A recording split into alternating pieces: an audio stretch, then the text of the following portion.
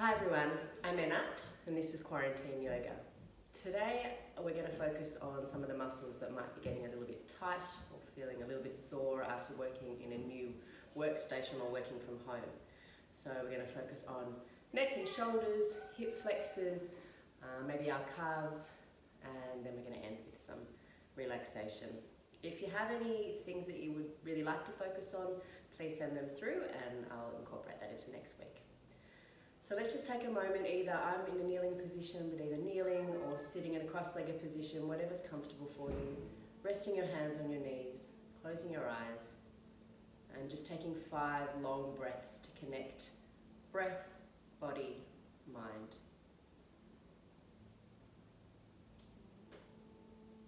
Imagine with each exhalation you're sinking a little bit deeper. With each inhalation, feeling your spine lengthen. Exhalation, deep, relaxing more muscles. Inhalation, lengthening through the spine. And just imagine your head is a balloon full of helium. So it's floating up. As it does so, it creates space in between all the vertebrae and the spine. And at the same time, the exhalation is drawing your pelvis, your thighs down towards the mat. And you feel this long traction through your spine. One more breath and we'll open the eyes. Inhaling the arms up, connecting the palms, bringing the hands to the back. See if you can touch your thumbs to your upper shoulders. And release. Taking the arms wide. Palms both facing down. We're going to bring the right hand in front of the body. The left hand comes under so that the 2 elbows are connecting. And we're going to touch somewhere. So we're either connecting to the wrists or we're bringing it around. Palm to palm is ultimately where we're ending up aiming for, but if it's palm like so, that's fine too. If you're feeling like you can go further, lifting the elbows slightly. Release, take the arms wide, bringing the left hand in front of the body, 90-degree angle. Right hand comes under, elbow to elbow connection, and again, back of the hand to back of the hand, or maybe holding the wrist, or maybe palm to palm. If you'd like to, lifting the elbows slightly. And releasing. Taking the hands to either side of the body, we're going to take our head towards the right shoulder, ear to right shoulder. And then from here, looking down towards your right hand, feel the stretch through the back of the neck. Keeping your right ear towards your right shoulder as we rotate the head, and we're pointing the chin up towards the ceiling.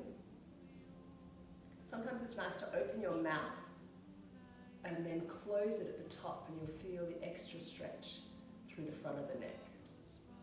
From here, take your right hand, help your head back to the center. Roll the shoulders back 3 times. This time, left ear to left shoulder. Then looking down at the left hand. Then keep the left ear towards the left shoulder as you bring your chin to point up towards the ceiling. Again, option to open the mouth. And then at the very end of the move, you close it and you feel a nice stretch through the front of the neck. From here, left hand helps the head come back up. And we're rolling the shoulder forward 3 times. And then we're just going to, it's almost like a little dance, but just roll it out, shake it out. Now, if you're on your knees, come into a cross-legged position, so we're all cross-legged. And we're going to press down through our hips with our hands. And as we do so, just bringing the upper body side to side. So what you want to do is a separation between your trunk and your lower body. So pressing down side to side, and then forward, back. So this is a little bit like a belly dancing move, but this is what we're aiming for, to really get a lot of movement through the thoracic spine. And you tend to notice where you're really stuck. Something will feel a little bit stiff. Then the other way. Don't worry if your hips are up here and you feel a little bit awkward doing this, it can be an awkward move. Okay, so we're just going to open through the hips now. So take your right leg out. First we're going to lean forward and reach towards the leg. Now this other hand is going to press down on the hip like so. So we're really expanding through the hips. We can rotate the body. You should feel a nice stretch through the side of the body. And then looking down towards that foot. Coming up, we're going to take our hands to the front of the bent leg and just rotate this leg in, so the straight leg in, so you'll start to feel a bit of a stretch through the hip. And then we're going to come forward onto this front leg, bend the back leg, place the front leg forward, and stretching through the hip flexors. So depending on how flexible you are, hands can be on the floor, they can be on your knee, or you can really press back. From here, bringing the hips back, lifting up the heel, nice stretch through the calves. That could be enough. You can bring your head down.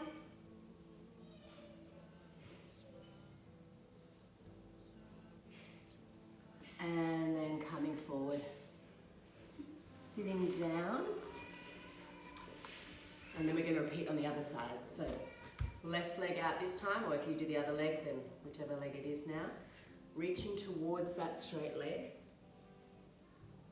And then let's press down with our other hand. So we're really pushing that knee away, pushing the hip down into the floor. You can reach for the foot if you'd like. Now lifting up, bringing the hands in front of the bent knee, just rotating that foot in first of all. So you should feel it right in the front of the hip bone here. Then take that back knee, bend it and place it down on the mat. The front leg comes forward to 90 degrees. And options 1, 2, or 3.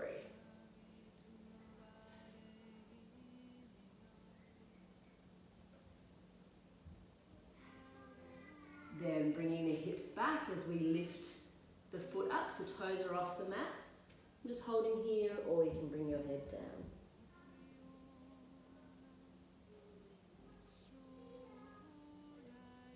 From here, bring the knees beside each other. And we're just going to come up into a downward dog. So take your time to get there. I'm just walking it out slowly. You can wiggle a little bit here, so really find your stretch. If you're feeling quite comfortable, you can start to lower the heels down and hold the stretch. Otherwise, keep moving through it. Bringing your knees back on the floor. And then we want to stretch through the front of the hips. So we can press back here. Depending on how flexible you are, please don't go too far in this one. You can reach back towards your heels if you would like. You can release your head.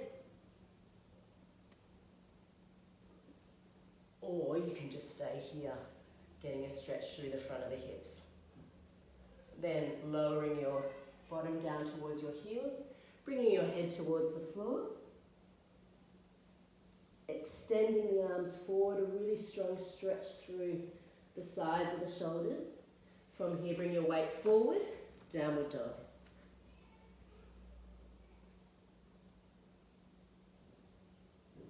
Make sure you're not holding your breath.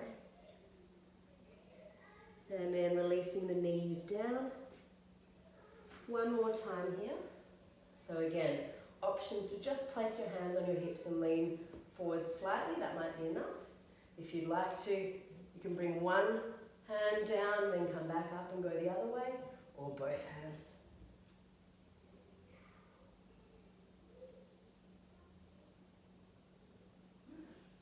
Whichever position you're in, you now bring your bottom down towards your heels, bringing your head towards the mat. Extending the arms forward, taking a good stretch here.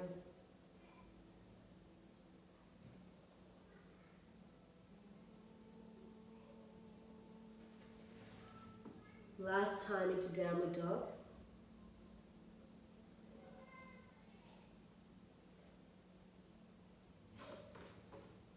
And bringing the knees down. position. Let's plant our feet on the mat. Our palms are behind us, fingers pointing towards the feet. And we're just going to push up into a bridge. So here you're really pressing through the palms of your hand and also the fingertips and the base of the, so if you're going to have 3 points, it's the palms, the base of the fingers and the fingertips. And through your feet, try to press evenly through the heels and through the base of the toes. Imagine that you're holding an imaginary ball in between your legs, so you're engaging your inner thighs, releasing down.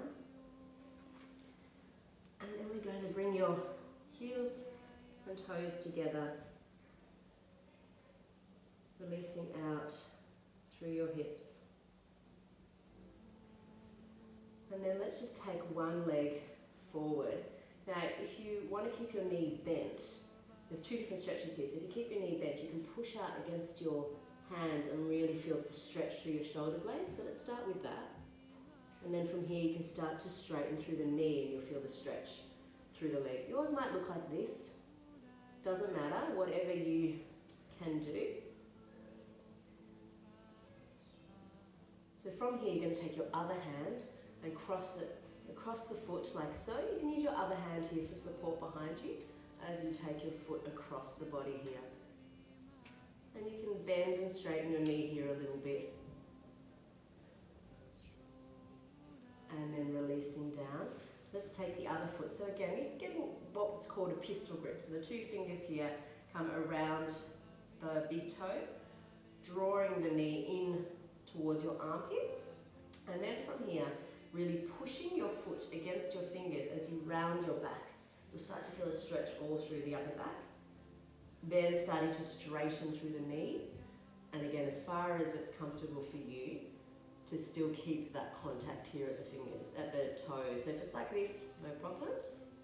Then taking the other hand, bend your knee to allow yourself to reach across, grab the other side of the foot.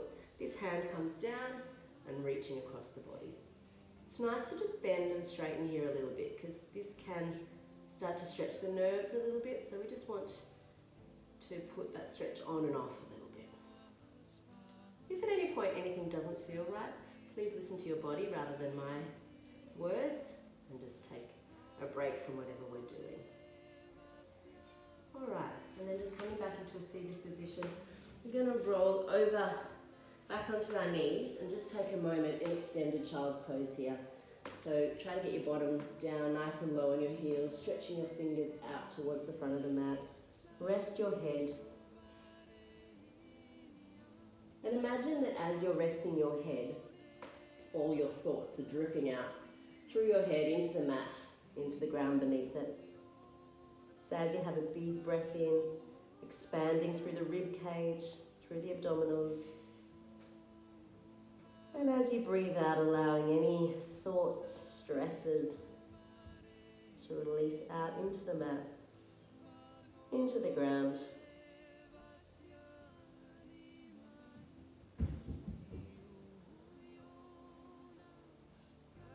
One more big breath in here, expanding. And then exhaling to let go, release, surrender.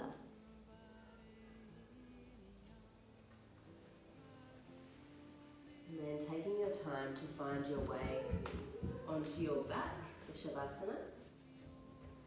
Now here you want your palms out. Allow a little bit of space from the trunk. Palms facing up, feet allowed to roll out.